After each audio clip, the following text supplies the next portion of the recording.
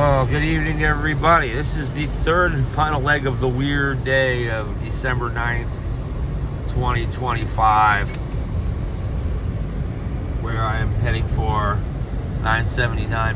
Oh, I should get the address right before I announce it here. It's being recorded.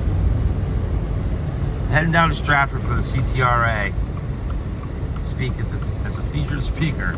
The first time that's ever happened. Now, I spoke in front of crowds a few times when I ran against Ben Proto earlier. But, you know, it was just kind of like fired up, running around. Hey, let's go here, there. Just kind of spontaneous stuff, you know. This one's like I've known about it for a couple of months.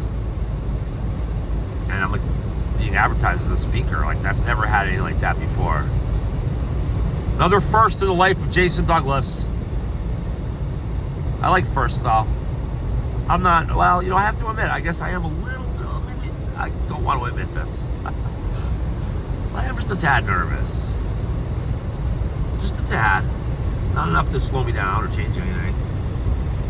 And it's not even a physical feeling, just a mental nervousness. I feel physically fine. You know what it is? I know why. Because I did something I've never done before. I actually prepared something on a piece of paper. I have some notes here. And I have spoken in front of crowds on a number of occasions in the past, especially against Ben, like I said, but I've just done it spontaneously. I've never prepared anything, and I wasn't going to do that either this time. I was telling people on the way down, I'll just think about what I want to say, and when I get there, I'll say it. And it's kind of what I did here. But for some reason, I fell into the trap, my personal trap at least, of taking some cliff notes here and coming up with like what is ultimately scribbled outline or notes / outline of my speech. And that weirdly makes me more nervous. You'd think I'd be more, you know, feel more comfortable having prepared a little something. It's the exact opposite. It makes me more nervous that I have something prepared. It makes it seem too, like I'm overthought it, you know. I should have just gone there without even thinking about it. Just go to the mic and start talking. That's what I'm good at. Now I got this little paper thing I gotta look at. I might just throw it out the window. Well, I won't litter, but throw it on my floor. Forget about it. Just go with it, you know? I don't know. But there's so much, I think it's okay that I did it because there's so much I need to say and I don't want to miss anything. I want to if I want to catch everything and not take 45 minutes, it's bore everybody to death. But I gotta come up with a kind of a concise thing, you know? So I came up with what I think is a pretty good thing. I don't know how long it's going to take me to say it. I didn't try to time it or anything. I would really be overthinking it, I think. I'm thinking anywhere from 10 to 20 minutes, depending on... And I know me, when I do look at any kind of notes at all, then I, you know, write something. Like a couple times when I was on the radio, I jot down a couple notes, you know. And I usually expand on them on my own, so... I'm not worried about filling the time. I'm just worried about getting the message out. And the message is the Republican Party has to rid itself of the moles within it and has to unite behind MAGA. That's really the theme of the speech. So there you have it. I just gave it away. I don't even need to watch it now. Go on home. Don't bother. No, I'm kidding. Ooh, that's like traffic. It is after 5 after all. There's an alternative way through here. Oh, look out. Some guy made a last minute move. Oh, I missed the 91 exit. Oh no. Guess what? I have a little surprise for you. Just go down here a little bit further. Like, oh no. First time this happened to me, I was like 18 or 19 years old. I was like, oh my God. Or sometime when I was really young anyway. I said, I missed the exit. Oh, what do I do? And I saw this little sign right up here. 291. See it? It comes in the blue. 291 South. There it is. I was like, oh, no kidding. I can still get to it this way. That's the beautiful thing. So, I mean, I'm only going to talk here until we get into, like, Cromwell or something because, well, what is going on here? What on earth? It's traffic. It's rush hour. What do you expect, right? So, I don't talk much about my wanting to run against Larson. It's never really get off the ground. Sucks, man. because I really think I could win. That's why. It's not, honestly, it's not because I even want to really even run. I don't really want to be a politician, really. But isn't it weird how politicians are kind of limited? Well, not Trump doesn't hold back on what he has to say, what he wants to say. You see, it's like, man, Connecticut is really a tough place. Even I'm having trouble with my great gift of gab. A lot of trouble. Uh-oh, don't go the wrong way here, Jay, whatever you do. 91 South is going to be on, 91 South is this way. That's what I figured. Oh well, this won't kill me too bad. But I can't believe how bad it is in Connecticut. I can't believe how it's like a state of never Trumpers, who are, to me, are the most moronic people in the world, quite frankly. So I guess I'm about to go dress a room full of morons. No, I'm kidding. I didn't mean that. The people I'm going to see now, actually, members of the Connecticut Republican Assembly, actually are very like-minded with us for the most part. They're really good people.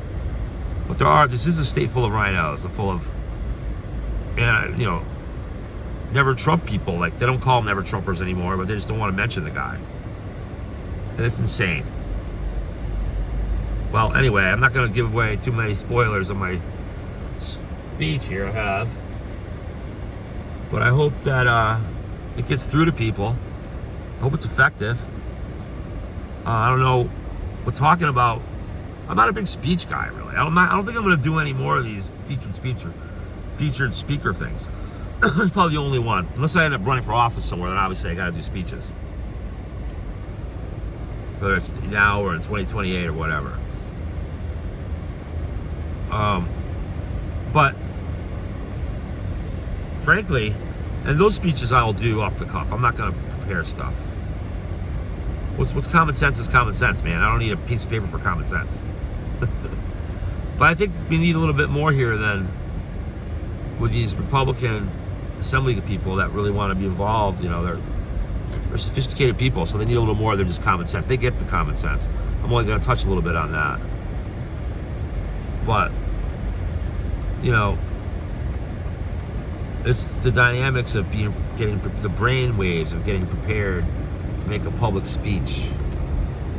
I'm not even sure how many people are going to be there. There could be 9 people there for all I know. I think I was told 20 to 30. It's the holiday party, so that's when people show up, I think, Is this a BYOF, bring your own, BYOF holiday party, buy your own food? Or is the food being is it like a cover charge? Oh my goodness, do I have to pay for this? Oh lordy. That's all right, I will if I have to. I might have to pay for this. I've never been a rich guy. I've been in all the classes. I've been in the poorest, poor, low, middle poor, high poor, low middle, middle. And I've had a couple of brief periods in the upper echelons in the middle. A couple here. I had 6 months when I was first married to my second wife. That was pretty cool for a little while there. Until she decided she wasn't going to work. Ha! Or something happened. I don't remember. I don't want to blame. But, yeah, there's been a couple middle to upper middle class. I've never been in the upper class, though. It'd be fun to try it for a little while. It would. Not that I care about it that much. I really honestly don't. I don't have a high regard for money. I think time is always much more valuable. But at any rate, it's been quite an evening tonight. Quite a day, really. I'm not going to publish the doctor's visits. I just don't think it's I'll have to think about the legality of that. I think I have a right to publish my own consultation with my own doctor, right? Nobody in their right mind would want to do that, they say, though, right? I don't care about it. Maybe I will publish it. They're long, though. The one at the colon guy. Whew, that was 40-something minutes. The eye doctor one, I ended up shutting that off because I only did it for 8 or 9 minutes. Not a long, I don't remember how long. It wasn't very long. And I just shut it off. Didn't feel right. And I didn't have, why? Really why? It didn't feel right. And then also, it wasn't, the first video, I had my sweatshirt on over my shirt. And so the sweatshirt pinning my phone to my front pocket kept it stable. Whereas when I went to the eye doctor, I didn't have the sweatshirt. I just had the regular shirt, and the phone was bebopping everywhere. It just wasn't. And there were other people walking around, like other patients talking right there. I just didn't want to violate anybody's rights or anything like that. So I'm not gonna publish that one. I may publish the first one. It's kind of long. We'll see. I mean, I don't know. Like, I don't want to.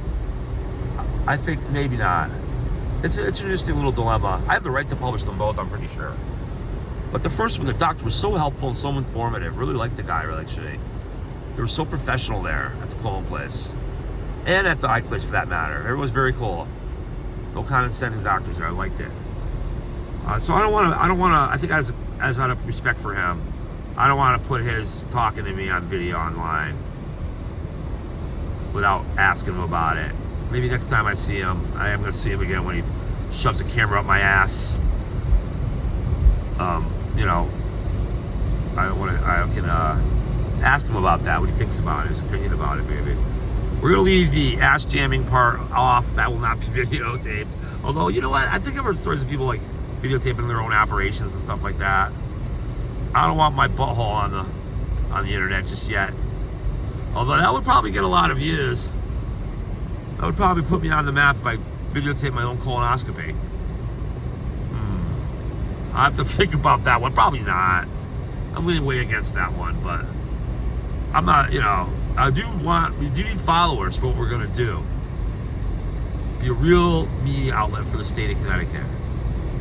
And I don't know, like, the day-to-day things, the arrest blotters in all the towns, like that kind of thing. We can leave that to the local stations. They cover that stuff pretty well, you know. It's all distracting. And these stories that happen, these local stories, local murders that happen around the state, and the bad things that happen, you know. People get lost and hit by car. Oh, you know, it's terrible. But we're going to let the local WFSB keep handling that stuff. We're going to work on the political commentary, which is really important. Of course, anything major we will cover.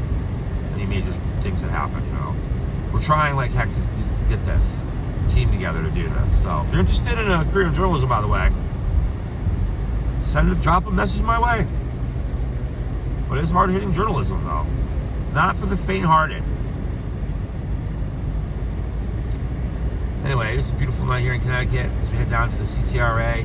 You know, I'm going to have to find out exactly what the address is and everything.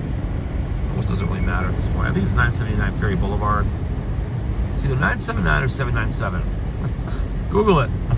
It's a restaurant down there, though. Riverware restaurant or something like that. So if it's a restaurant, it can't be that big, right? Could be, you never know. I was told 20 to 30 people. It doesn't really matter.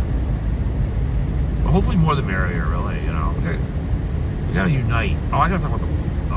Okay, something I didn't put down on that little piece of paper already, I thought of, see? That's the part that's really important. So anyway, I'm going to sign off. I can see my windshield needs some cleaning. Friday, I plan on going to Best Buy to try to price out body cams and dashboard cameras, but I think that platform is necessary too. So there's a lot to do. Doing it by January 1st will be difficult. But that's the plan. That is the hope. That is the hope. Audio, visual / social media expertise is kind of what I have to learn about and employ. So if you're an audio visual, see, I didn't want to put this out there because I don't know if I can trust people that come forward. There's so many moles, so many people that set you up for failure. People you really thought you were friends otherwise, even in some cases. You gotta be careful who you trust. I think that it would behoove people to take a little crash course online about body language and stuff. Different things people do when they tell the truth versus when they're lying. Because there are things that 85 out of 100 people just can't help it, you know? It's like they're tipping their pitches in baseball, you know when it's a fastball or curveball coming. 85% of the people cannot help it. So you should be able to read 8 to 9 out of 10 people. about 8.5 out of 10 people are learning these simple few things that almost everybody uses when they're lying, that just automatically does when they're lying versus when they're telling the truth. I'll tell you the biggest one. They usually can't look you straight in the eyeball very easily when they're lying. And there are people that are autistic that have trouble looking in the eye anyway, and they may still be telling the truth. So it doesn't mean, if they don't look in the eye, it doesn't mean they're lying. However, if they do look you in the eye, there's a very good chance they're telling you the truth. So that's a good one to know. There's a few other ones too. Downward glances to the right or left, depending on if they're right-handed or left-handed or something, I don't know. But look those stuff up online. So we don't need moles, like Ben. So I'm gonna sign off now. We are getting to where I gotta map this thing out. Come on down and join us if you can. It's in Stratford, Ferry Boulevard. A lot of people in the movement got signs. It's a CTRA meeting. It's a restaurants. Probably, like I said, 20 to 30 people. And we talk in front of them. It starts at 6 o'clock right now. Looks like I got plenty of time to make it on time. That's good. I'm not cutting it too close. I've got a few minutes to spare, I think. As long as we don't keep stopping along the way in traffic. Just as recently as 4, 5, 6 years ago, this area, I'm going through Rocky Hill, Middletown right now. Rocky Hill and Cromwell right now. This was never backed up like this after 5. It was only up in Hartford for a little while. Things have gotten worse traffic-wise, man. It's getting hot in this car, let me tell you right now. Ooh, Nelly. So anyway, I'm going to sign off right now. I'm going to go live on Facebook. I think Selena Rifkin is going to, our co-host on the Connecticut Common Sense, is going to record it and post it later, I believe, on our usual Rumble and Substack. And then I'll post it on X later. Well, no, I don't have to post it on X later. It's going to be live on X, so I don't have to do that. And then, of course, on YouTube, on our Connecticut Common Sense channel on YouTube. Check it out. Little by little, we're growing and growing. And we're going to get to the bottom of the line here in Connecticut. And let's save this state, man. This is the worst state of the 50.